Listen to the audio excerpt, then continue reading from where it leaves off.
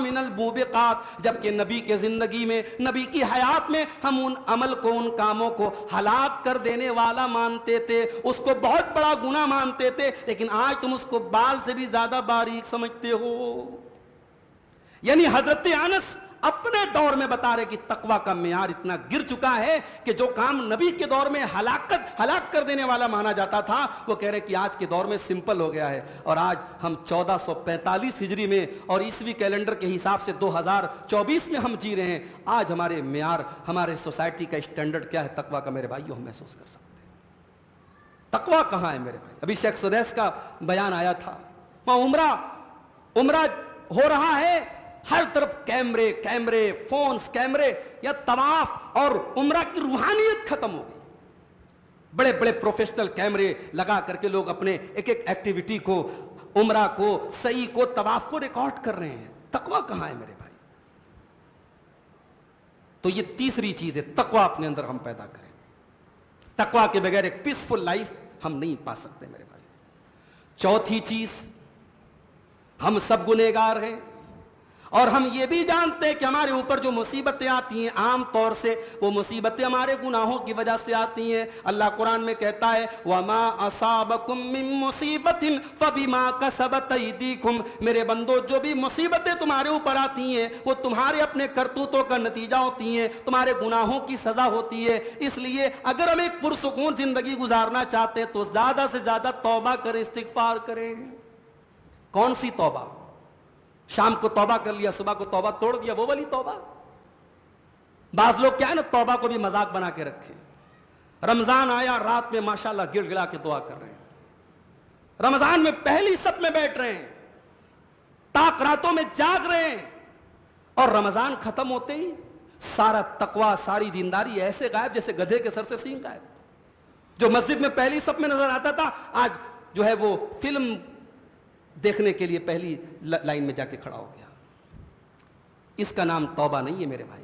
اللہ کہتا ہے یا ایھا الذین آمنوا توبوا الی اللہ توبۃ نصوحا، اے ایمان والو اللہ سے جب توبہ کرو تو سچی توبہ کرو، توبہ نصوح کرو، ایسی توبہ کرو جس توبہ کے بعد گناہوں سے بچنے کا پکا ارادہ ہو جائے، دوبارہ وہ گناہ نہ کرنے کا پکا عزم ہو جائے، اس کو کہتے سچی توبہ۔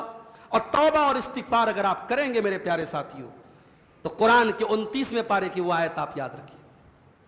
حضرت نوح علیہ السلام اپنی قوم سے کیا کہتے ہیں؟ فَقُلْتُ اسْتَغْفِرُوا رَبَّكُمْ إِنَّهُ كَانَ غَفَّارًا، کہتے ہیں کہ اے میری قوم کے لوگوں اپنے رب سے مغفرت طلب کرو، اپنے رب سے توبہ کرو، اپنے رب سے اپنے گناہوں کی معافی مانگو۔ إِنَّهُ كَانَ غَفَّارًا، وہ بہت بخشنے والا، وہ بہت مہربان ہے، بہت رحم کرنے والا ہے۔ يُرْسِلِ السَّمَاءَ عَلَيْكُمْ مِدْرَارًا، وہ تمہارے اوپر موسلا دھار بارش نازل فرمائے گا۔ وَيُمْدِدْكُمْ بِأَمْوَالٍ، تمہیں مال بھی دے گا، وَيُمْدِدْكُمْ بِأَمْوَالٍ وَبَنِينَ، اولاد بھی دے گا، وَيَجْعَلْ لَكُمْ جَنَّاتٍ، تمہیں باغات بھی دے گا، وَيَجْعَلْ لَكُمْ أَنْهَارًا، تمہیں نہریں بھی دے گا۔ وہ دنیا جہان کی ساری دولتیں تم کو دے گا، شرط یہ تم توبہ کیا کرو، تم استغفار کیا کرو۔ اپنی زندگی میں توبہ اور استغفار کو میرے بھائی لازم پکڑ لو۔ اللہ کے نبی اپنے بارے میں کہتے ہیں میں دن رات میں 70 مرتبہ اللہ سے، اور بعض روایات میں کہ 100 مرتبہ اللہ سے استغفار کرتا ہوں۔ استغفر اللہ، استغفر اللہ، یہ آپ کا وظیفہ بن جائے، آپ کی زندگی کا شعار بن جائے، آپ کی زندگی کا نعرہ بن جائے، سلوگن بن جائے کہ بھئی ہم گنہگار ہیں، ہمیں ہر وقت استغفار کی ضرورت ہے۔ توبہ اور استغفار کرنے سے بھی آپ کی زندگی میں سکون آئے گا میرے بھائی۔ اور آگے بڑھیے، 5ویں چیز، اگر آپ ایک پرسکون زندگی گزارنا چاہتے ہیں، ایک پیسفل لائف اگر آپ گزارنا چاہتے ہیں، 5ویں چیز کیا ہے میرے بھائیو؟ اللہ سے کثرت سے دعا کیا کرو۔ جب بھی زندگی میں محسوس ہو مجھے اس چیز کی ضرورت ہے، اللہ کے سامنے ہاتھ پھیلا دو۔ اللہ سے دعا کرنے کے معاملے میں کبھی سنکوچ نہ کرو۔ دنیا والوں سے بار بار مانگو گے، دنیا والے ناراض ہو جائیں گے، اللہ سے بار بار مانگو گے، اللہ اور خوش ہو جائے گا۔ اللہ کے نبی فرماتے ہیں ان اللہ حی کریم، اللہ تعالی حیا والا ہے اور اللہ تعالی کرم والا ہے۔ یہاں ایک بات سمجھ لیجیے، اللہ تعالی حیا والا ہے، مگر اللہ کی حیا ویسی نہیں جیسی ہماری حیا ہے۔ ہماری حیا کبھی کبھی ہماری کمزوری بن جاتی ہے، ہمیں اپنا کوئی جائز جائز کام بھی ہوتا ہے یا کسی سے کوئی جائز چیز بھی مانگنی ہو تو ہمیں شرم آتی ہے، یار کیسے بولے. تو حیا انسان کی کمزوری بھی بن جاتی ہے کبھی کبھی، لیکن اللہ تعالیٰ حیا والا ہے. اللہ کی حیا کوئی اس کی کمزوری نہیں ہے میرے بھائی. اللہ کی حیا کیسی ہے؟ اس کی شان کے لائق ہے. جیسے اللہ کی شان بڑی ہے، اللہ کی ذات بڑی ہے، اللہ کی حیا بھی بڑی ہے. اللہ حیا والا ہے، اللہ کرم والا ہے. اور جب بندہ اللہ کی بارگاہ میں ہاتھ پھیلاتا ہے، اللہ کے نبی فرماتے ہیں اللہ کو حیا آتی ہے بندے کو خالی ہاتھ کیسے لوٹاؤں. اللہ اکبر. یہ ہاتھ جب اللہ کی بارگاہ میں اٹھتے ہیں میرے بھائی، وہ شاعر نے کہا ہے نا، اٹھتے نہیں ہیں ہاتھ میرے اس دعا کے بعد. اللہ کی بارگاہ میں جب ہاتھ اڑ جاتا ہے تو یہ خالی ہاتھ کبھی، یہ ریٹرن کبھی خالی نہیں جاتا ہے. اس لیے اس اللہ سے میرے بھائیو دعائیں کیا کرو. سارے راستے جب بند ہو جائیں، جب آپ کو لگے کہ میری کوئی سننے والا نہیں ہے، جب ظالم کا ظلم حد سے بڑھنے لگے، جب آپ کو ہر طریقے سے ذلیل اور رسوا کرنے کی پلاننگ کی جانے لگے، تو یاد کر لو میرے بھائیو قرآن کہتا ہے امن یجیب المضطر اذا دعاہ ویکشف السوء. میرے بندو وہ کون سی ذات ہے جو مصیبت میں پڑے ہوئے انسان کی، جو مظلوم انسان کی، جو بے بس انسان کی دعاؤں کو سنتا ہے، ویکشف السوء اور اس کی پریشانیوں کو دور کرتا ہے. اللہ اسباب کا محتاج نہیں ہے میرے بھائی، ہم اور آپ اسباب کے محتاج ہیں. اللہ جب جس کو چاہے جتنا چاہے جو چاہے دے سکتا ہے. اللہ کے اوپر کوئی پابندی نہیں ہے، کوئی لمیٹیشن نہیں ہے. یونس علیہ السلام مچھلی کے پیٹ میں پہنچے، فنادا فی الظلمات، اور تین اندھیروں میں انہوں نے اللہ کو پکارا. مچھلی کے پیٹ کا اندھیرا، رات کا اندھیرا، سمندر کے پانی کا اندھیرا، جہاں دنیا کے کسی نیٹ ورک کی کوریج نہیں ہے، جہاں دنیا میں کوئی انسان سروائیو نہیں کر سکتا، جی نہیں سکتا، جہاں دنیا میں کوئی انسان دوسرے کی بات سن نہیں سکتا، وہاں پہ یونس علیہ السلام دعا کرتے ہیں اور کیا کہتے ہیں؟ لا الہ الا انت سبحانک انی کنت من الظالمین. اے اللہ تیرے سوا میرا کوئی سہارا نہیں، تیرے سوا میرا کوئی معبود نہیں، سبحانک تو پاک ہے، انی کنت من الظالمین میں بہت بڑا ظالم ہوں. اللہ اللہ کہتا ہے ہم نے یونس کی دعا کو سن لیا، فاستجبنا لہو، ہم نے دعا کو سن لیا اور ہم نے مچھلی کو حکم دے دیا جا، جیسے میرے یونس کو تو نے پیٹ میں نگلا تھا اب جا کر کے اگل دے. حضرت یونس کو اللہ تعالیٰ نے باہر مچھلی کے پیٹ سے باہر صحیح سالم بالکل سیف باہر نکلے.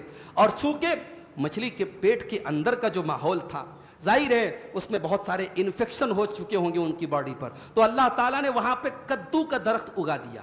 اس صحرا میں اللہ تعالیٰ نے کدو کا درخت اگا دیا، اور کدو جو ہوتا ہے باڈی کے انفیکشن کے لیے بہت مفید چیز ہے، اس سے ان کے سارے انفیکشن دور ہو گئے. اللہ تعالیٰ نے یہ انتظام کر دیا.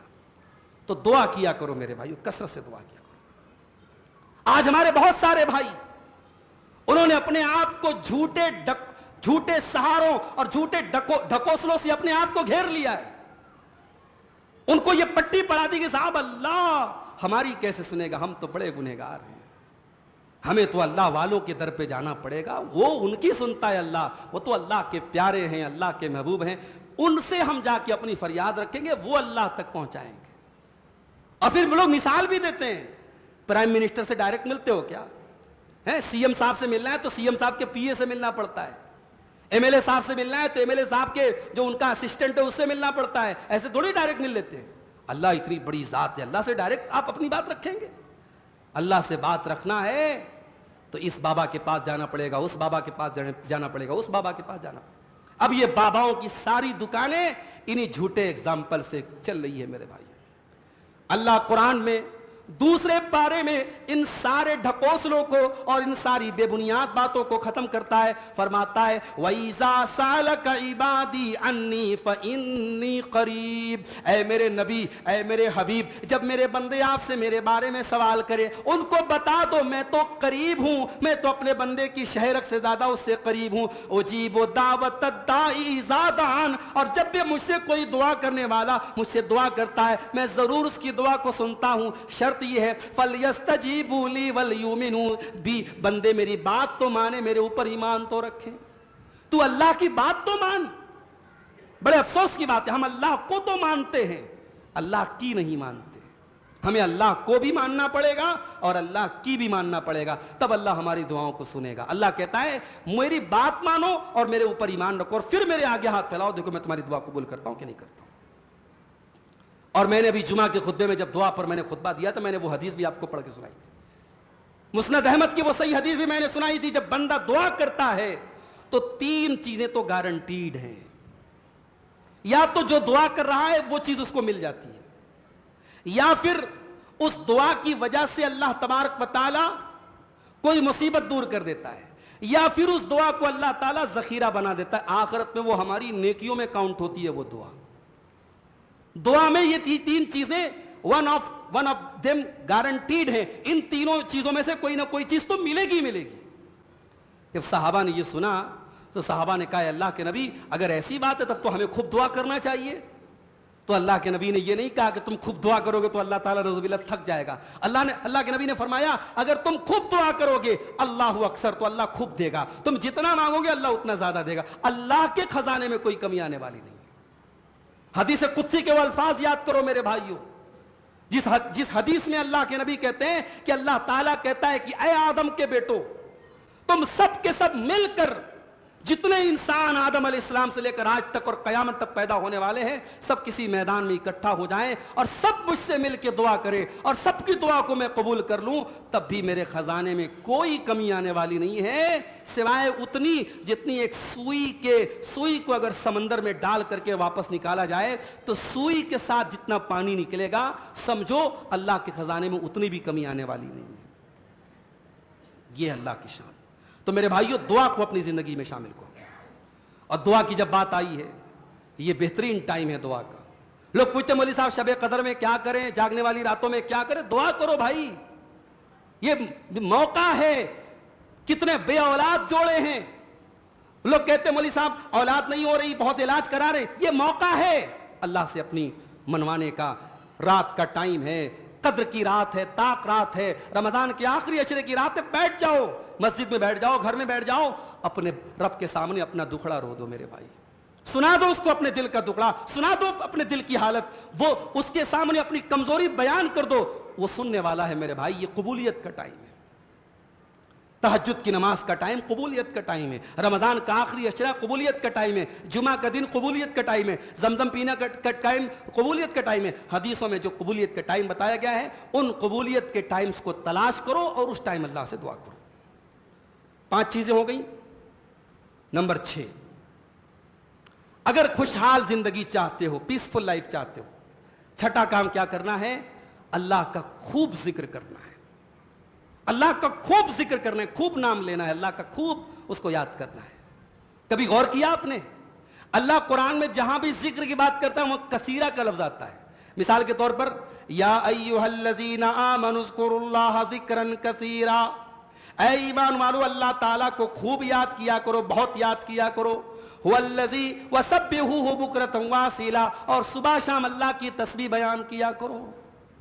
یہ اللہ نے یہ کیوں کہ خوب ذکر کیا کرو، اس لیے کہ اگر ہم اللہ کو خوب ذکر کرتے ہیں، خوب یاد کرتے ہیں تو ہمارے لیے ہے کتاب ہم بہت یاد کرتے ہیں۔ اللہ کی نعمتوں کی اگر اپوزٹ میں دیکھو تو ہم تو کچھ نہیں یاد کرتے۔ اگر ہم ہر سانس کے ساتھ بھی اللہ کا ذکر کریں، ہماری دل کی ہر دھڑکن اگر اللہ کا ذکر کرے، تب بھی ہم اللہ کی نعمتوں کا بدلہ نہیں اتار سکتے میرے بھائی، اللہ کے احسانات کا ہم اس کا شکر ادا نہیں کر سکتے، اس کے شکر کا ہم حق ادا نہیں کر سکتے۔ اسی لیے اللہ بار بار کہتا ہے میرے بندو میرا ذکر کیا کرو، یہاں تک کہ جنگ کے میدان میں بھی اللہ نے فرمایا وَاذْكُرُوا اللَّهَ كَثِيرًا، اگر جنگ کے میدان میں بھی تم کو کامیاب ہونا ہے تو اللہ کا کثرت سے ذکر کیا کرو۔ یہاں تک کہ اللہ تعالیٰ نے قرآن میں فرمایا الذین آمنوا وتطمئن قلوبہم بذکر اللہ، میرے ایمان والے بندوں کے دلوں کو تو اللہ کے ذکر سے سکون ملتا ہے۔ ہمارے نوجوانوں کو انسٹاگرام کی ریل سے سکون ملتا ہے، ہمارے نوجوانوں کو گانوں سے اور میوزک سے اور الا بلا دنیا کی فالتو چیزوں سے سکون ملتا ہے۔ میرے بھائیوں یہ دل مردہ ہو رہا ہے۔ اگر اس دل کو میوزک سے سکون مل رہا ہے، اس دل کو گانے سے سکون مل رہا ہے، اس دل کو فحش اور ولگر چیزوں سے سکون مل رہا ہے، تو سمجھ لو کہ دل آخری سانسیں لے رہا ہے، دل مر رہا ہے، دل ختم ہو رہا ہے۔ دل میں دوبارہ جان پھونکنی ہے تو دل کو عادی بناؤ اللہ کے ذکر کی۔ اللہ نے فرمایا کہ الا بذکر اللہ تطمئن القلوب، میرے بندو ایمان والوں کے دلوں کو تو اللہ کے ذکر سے سکون ملتا ہے۔ حضرت ابو درداء فرماتے ہیں اللہ کے نبی نے ایک مرتبہ فرمایا کہ کیا میں تم کو ایسا عمل نہ بتا دوں جو تمام عمل میں سب سے بہتر ہے، وَأَرْفَعَهَا فِي دَرَجَاتِكُمْ، اور اس سے تمہارے مقام اور مرتبے بہت بڑھ جائیں گے، وَخَيْرٌ لَكُم مِّنْ إِعْطَاءِ الذَّهَبِ وَالْوَرَقِ، اور اللہ کی راہ میں سونا چاندی خرچ کرنے سے بھی زیادہ اس کا ثواب ہے۔ اپنے دشمن سے تم جب جنگ کرتے ہو اور دشمن کو قتل کرتے ہو، جنگ کے میدان میں جب تم جہاد کرتے ہو، اس سے بھی بہتر ایک عمل ہے۔ صحابہ نے کہا اللہ کے رسول ایسا کون سا عمل ہے؟ اللہ کے نبی نے فرمایا ذکر اللہ عز وجل، اللہ کو کثرت سے یاد کیا کرو۔ میرے بھائیو، اللہ کی شان تو وہ ہے کہ کائنات کی ہر چیز اللہ کا ذکر کر رہی ہے۔ تسبح لہ السماوات السبع والارض، ساتوں آسمان اور زمین اس کی تسبیح بیان کر رہے ہیں۔ ومن فیہن، آسمانوں اور زمین کے اندر جتنی مخلوقات ہیں سب اللہ کی تسبیح بیان کر رہی ہیں۔ وَإِن مِّن شَيْءٍ إِلَّا يُسَبِّحُ بِحَمْدِهِ، ہر چیز اللہ کی حمد و ثنا بیان کر رہی ہے۔ وَلَٰكِن لَّا تَفْقَهُونَ تَسْبِيحَهُمْ، لیکن تم ان کی تسبیح کو سمجھ نہیں سکتے۔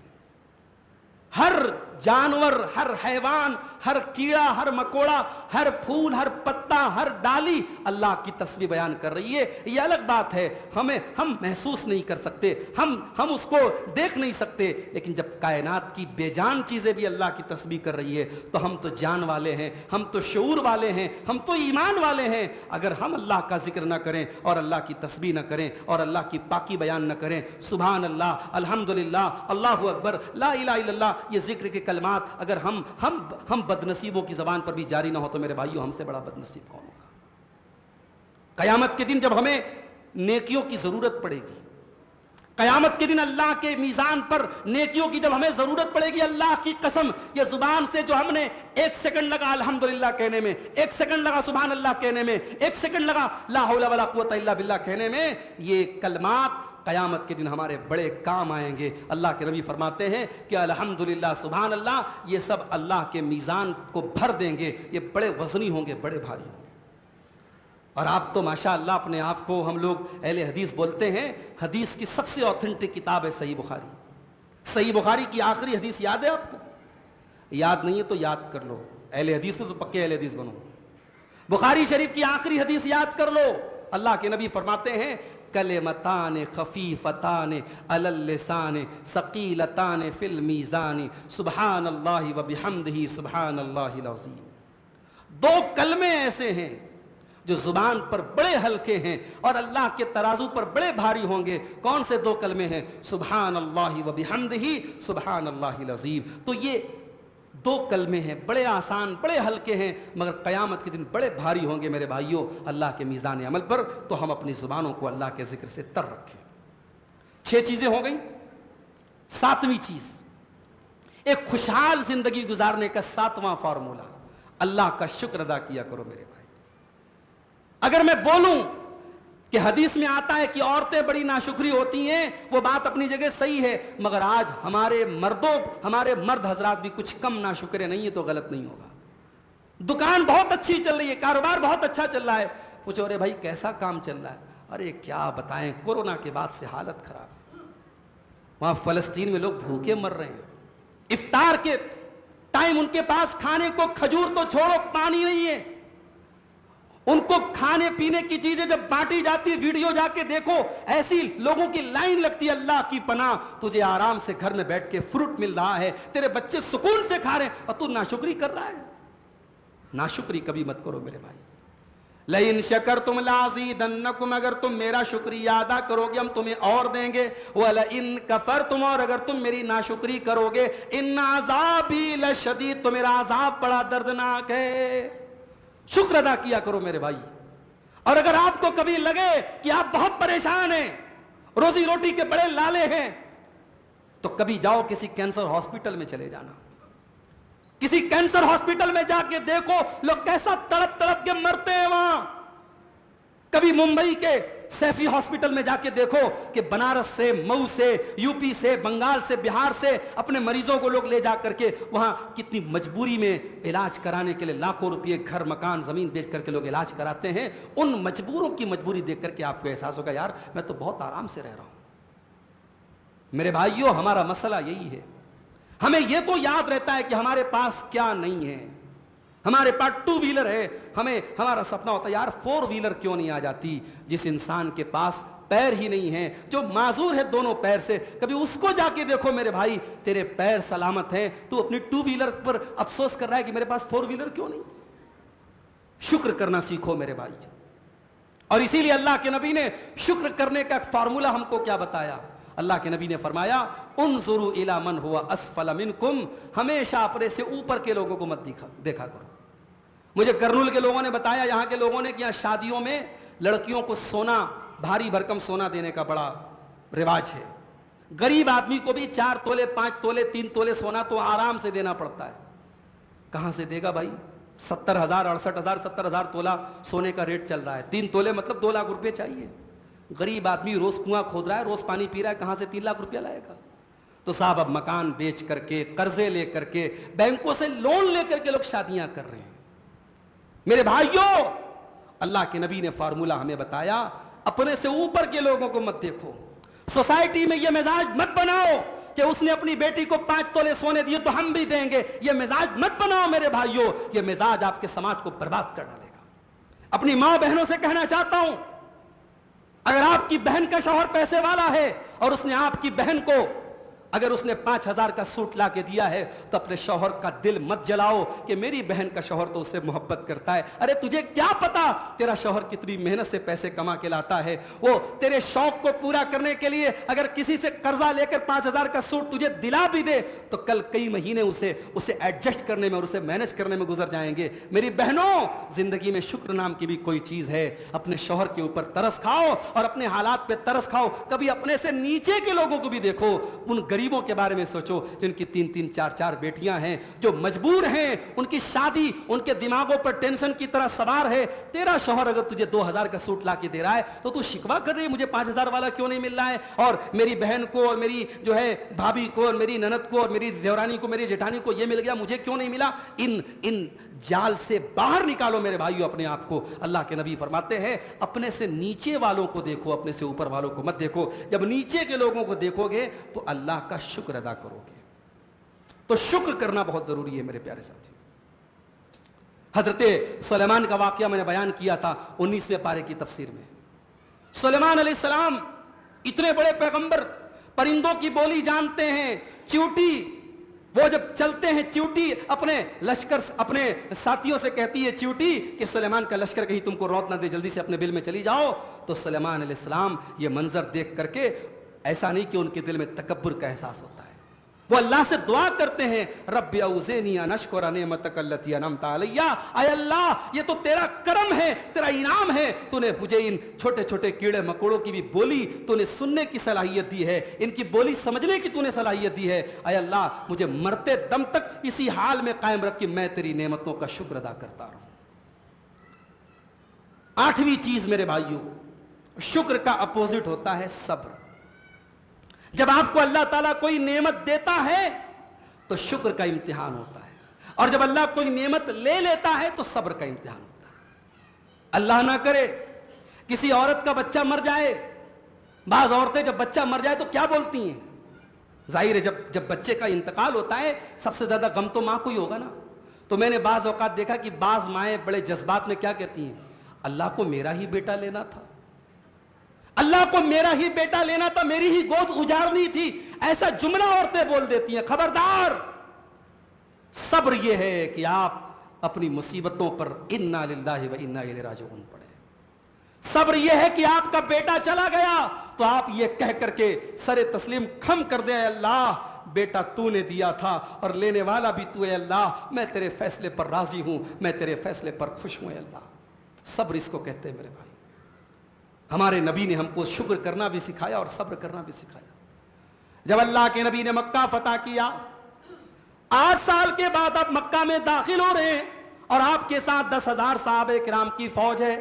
آپ چاہتے ایک ایک سے بدلہ لے سکتے تھے, آپ چاہتے تو سینہ تان کے چل سکتے تھے, مگر حدیث کے الفاظ کیا ہیں؟ اللہ کے پیارے نبی سینہ تان کے نہیں, سینہ جھکا کے چل رہے ہیں, اور نظریں آپ کی جھکی ہوئی ہیں, اور آپ کی آنکھوں سے آنسو بہ رہے ہیں, اور آپ قرآن کی آیتیں پڑھتے ہوئے مکہ میں داخل ہو رہے ہیں. اذا جاء نصر اللہ والفتح ورأیت الناس يدخلون فی دین اللہ افواجا.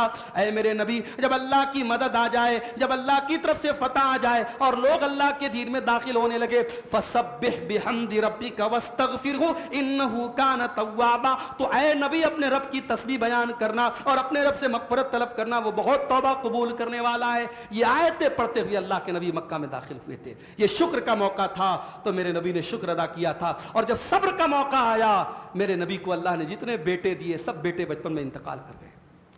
میرے نبی کو قاسم پیدا ہوئے بچپن میں انتقال کر گئے, عبداللہ پیدا ہوئے بچپن میں انتقال کر گئے.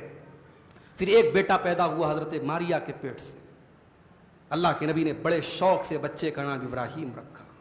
بڑے خوشی سے صحابہ کو بتایا کہ میں نے اپنے بیٹے کا نام اپنے باپ ابراہیم کے نام پہ ابراہیم رکھا ہے. عرب کے دستور کے مطابق اللہ کے نبی نے بیٹے کو کچھ دنوں کے بعد دیہات میں بھیج دیا تاکہ دیہات کے ماحول میں وہ تندرست ہو جائے اور دیہات میں رہ کر کے اس کی صحت اچھی ہو جائے. بچہ 1.5 سال کا ہو جاتا ہے اور دیہات میں رہتا ہے. نبی کے پاس خبر آتی ہے بچہ بیمار ہو گیا ہے. اللہ کے نبی کچھ صحابہ کو لے کے پہنچتے ہیں. اپنے بیمار بچے کو اللہ کے نبی اپنی گود میں لیتے ہیں. بچہ بخار میں لت پت ہے, بیمار ہے, دم ٹوٹ رہا ہے, سانسیں اکھڑ رہی ہیں. اللہ کے نبی سمجھ گئے اب میرا بیٹا چند سانسوں کا مہمان ہے, چند سانسیں میرے بیٹے کی بچی ہیں. اللہ کے نبی کی آنکھوں سے آنسو کے قطرے نکلتے ہیں اور زمین پہ گرتے ہیں. صحابہ کہتے ہیں اللہ کے نبی آپ رو رہے ہیں, اے اللہ کے نبی آپ کی آنکھوں سے آنسو بہ رہے ہیں. اللہ کے نبی کہتے ہیں ہاں, یہ آنسو اس لیے بہ رہے ہیں کہ یہ رحمت کے آنسو ہے, یہ ایک باپ کے آنسو ہیں جو اپنے بیٹے کے لیے نکل رہے ہیں.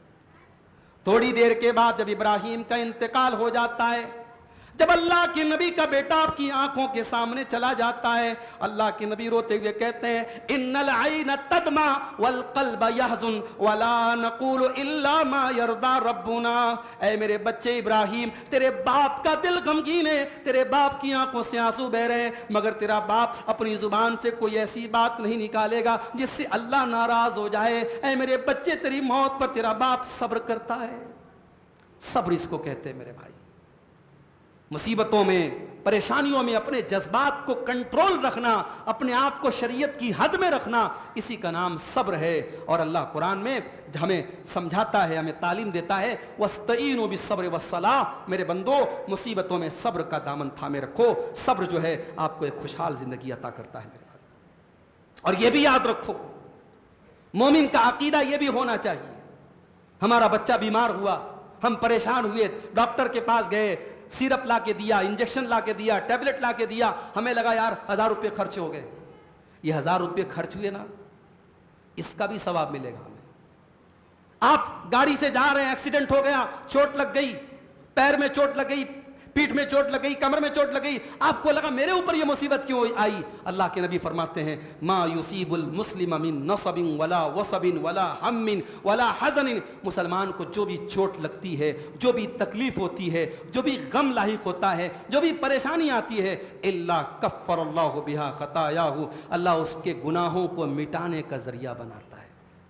اتنی مصیبت آئی اتنی ہمارے اکاؤنٹ کے گناہ کم ہو گئے, ہمارے قیامت کے دن اتنے گناہ پر ہم سے حساب کتاب کم ہوگا. میرے بھائی, اگر دنیا کی چند مصیبتوں کے بدلے اگر ہمارے گناہ معاف ہو رہے ہیں تو یہ کوئی گھاٹے کا سودا نہیں ہے. صبر سے کام لو, آپ کی مصیبتیں اور پریشانیاں بھی آپ کے گناہوں کا کفارہ بنیں گے انشاءاللہ. تو یہ 8ویں چیز ہے کہ ہم صبر سے کام لیں. 9ویں چیز توکل, اللہ کے اوپر بھروسہ. اور بھروسہ کیسا کرنا, میں نے کئی بار اپنی تفسیر کے دروس میں کہا ہے. اللہ کے اوپر جب ہم بھروسے کی بات کرتے ہیں اس کا مطلب یہ نہیں ہوتا کہ ہم ہاتھ پیر توڑ کے بیٹھ جائیں کہ اللہ دے گا. اللہ کے اوپر بھروسہ کرنے کا مطلب یہ ہے کہ مریم پریگننسی کی حالت میں ہے, ڈیلیوری ہوئی ہے, بچہ پیدا ہوا ہے, کمزوری کی حالت میں ہے, جس حالت میں عورتوں کو ڈرائی فروٹس کھلائے جاتے ہیں, طاقت کی چیزیں کھلائی جاتی ہیں. اللہ مریم سے کہتا ہے وَهُزِّي إِلَيْكِ بِجِذْعِ النَّخْلَةِ تُسَاقِطْ عَلَيْكِ رُطَبًا جَنِيًّا. اے مریم, اس پیڑ کو تو پکڑ کے ہلا تو تیرے اوپر تازہ تازہ کھجوریں گریں گی. اللہ یہ فرشتے سے بھی تو یہ کام کروا سکتا تھا, کوئی فرشتہ آ کے پیڑ کو ہلا دیتا اور کھجور گر جاتی, مگر نہیں, اللہ نے سبق دیا کہ ہم تب دیتے ہیں جب تم حرکت کرتے ہو. توکل کرو میرے بھائیو, اپنی محنت کر کے اپنا بیسٹ دینے کے بعد, اپنی بیسٹ پرفارمنس کے بعد رزلٹ کیا ہوگا اللہ کے اوپر چھوڑ دو. اس کا نام توکل ہے میرے بھائیو. اور اللہ قرآن میں کہتا ہے وَمَن يَتَوَكَّلْ عَلَى اللَّهِ فَهُوَ حَسْبُهُ, جو اللہ کے اوپر بھروسہ کرتا ہے اللہ اس کے لیے کافی ہو جاتا ہے. بات لمبی ہو رہی ہے, توکل کی ایک مثال میں دے دیتا ہوں آپ کو. اللہ کے نبی ہجرت کا سفر کر رہے ہیں, غار ثور میں اللہ کے نبی, اور جو ہمارے بھائی حج کرنے عمرہ کرنے گئے ہیں, موقع ملے تو جا کے دیکھو غار ثور کی پوزیشن, اس کا لوکیشن کیا ہے. غار ثور میں اللہ کے نبی 3 دن تک تھے اپنے دوست کے ساتھ, ابو بکر صدیق کے ساتھ. غار ثور میں اللہ کے نبی پہنچے ہوئے ہیں, تلاش کرنے والے غار ثور کے قریب پہنچ گئے. سب کو پتا ہے کہ اللہ کے نبی کو زندہ یا مردہ پکڑ کے لانے پر 100 اونٹوں کا انعام ہے. دشمن تلاش کرتے کرتے بالکل غار ثور کے قریب پہنچ چکا ہے.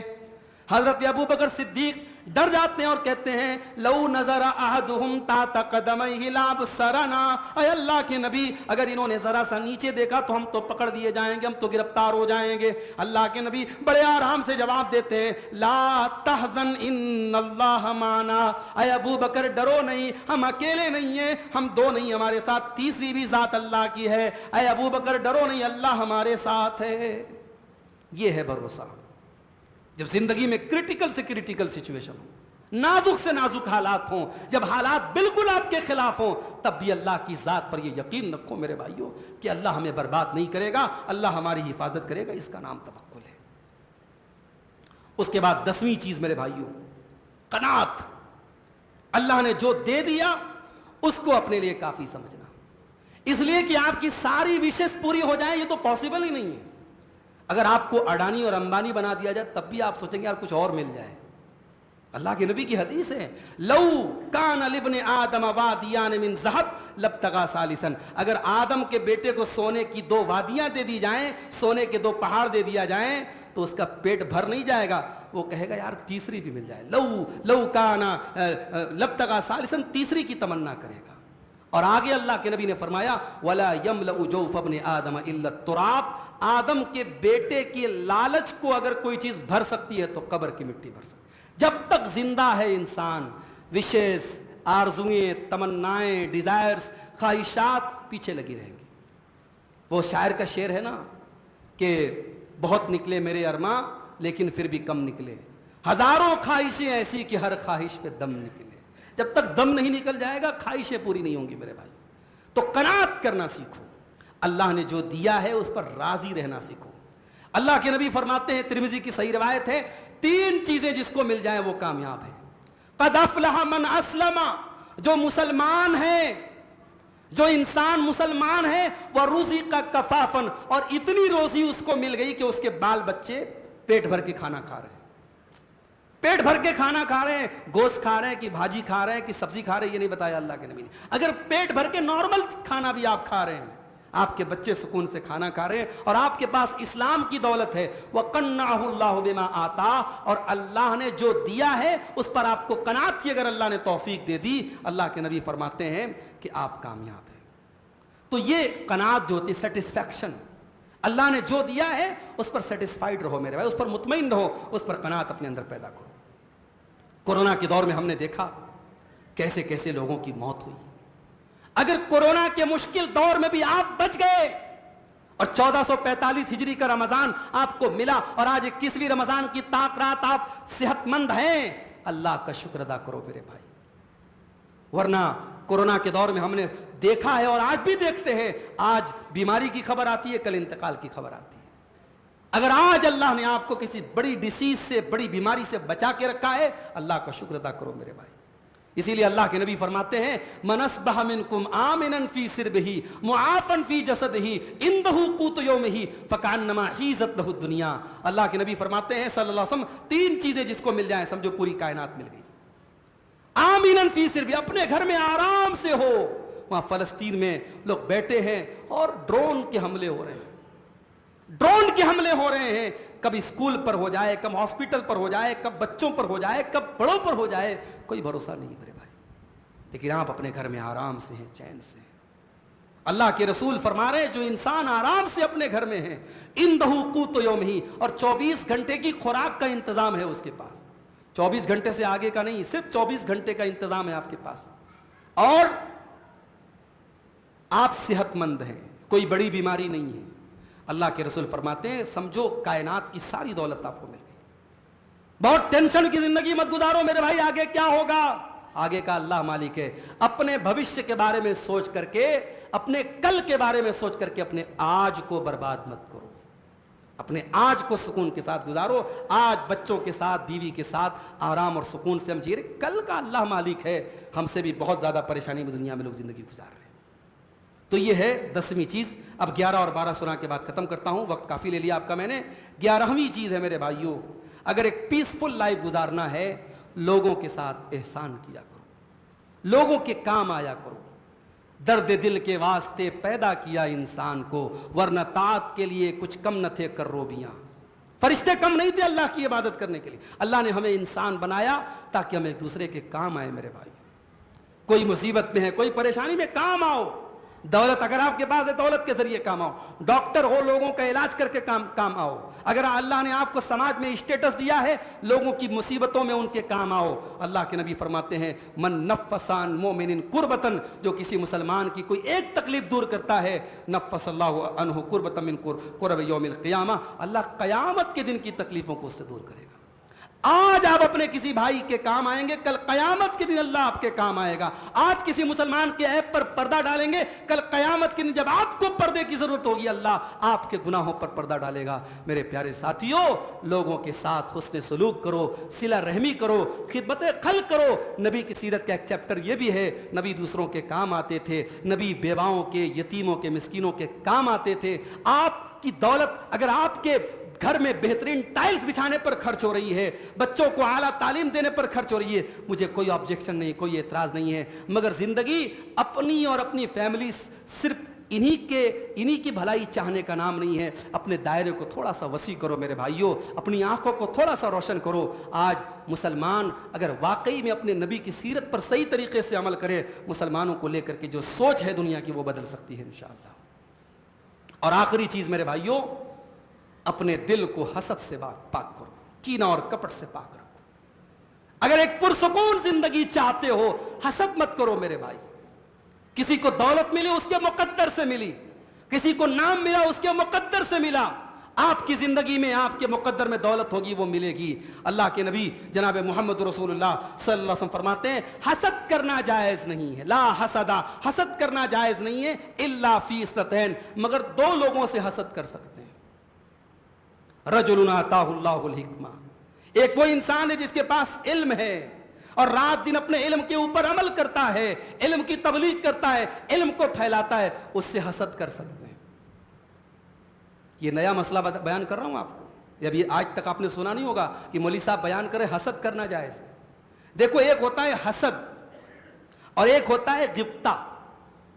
حسد کہتے ہیں کہ ایک انسان دوسرے کے بارے میں یہ تمنا کرے کہ اس کی جو نعمت ہے وہ چھن جائے اور مجھ کو مل جائے، اس کا نام حسد ہے۔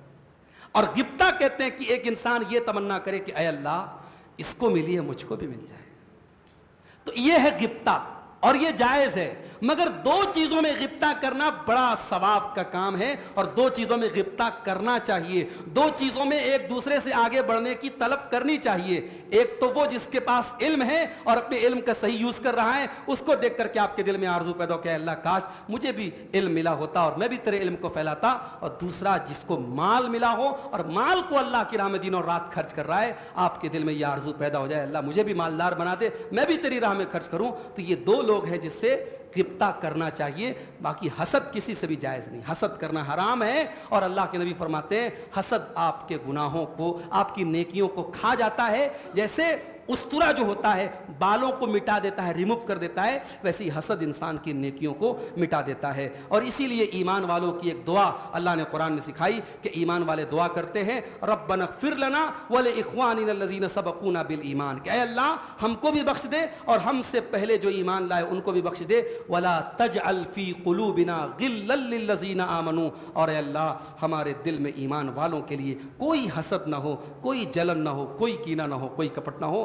ایسا دل اللہ کو بہت پسند ہے۔ میرے بھائیوں، یہ 12 چیزیں میں نے آپ کے سامنے بیان کی۔ دعا کیجیے اللہ تعالیٰ یہ 12 چیزیں ہم سب کو اپنے اندر پیدا کرنے کی توفیق عطا فرمائے، ایک خوشحال زندگی اللہ تعالیٰ ہم سب کو عطا فرمائے۔ رب العالمین ہماری مصیبتوں اور پریشانیوں کو دور فرمائے۔ جو بیمار ہیں اللہ ان کو شفائے کامل عاجل عطا فرمائے، جو روزی روٹی سے پریشان ہیں اللہ ان کے کاروبار میں برکت نصیب فرمائے۔ اللہ رب العالمین ہماری آج کی تاخرات میں جو بھی عبادتیں ہم نے کی ہیں یا کریں گے، اللہ ہماری تمام عبادتوں کو قبول فرمائے۔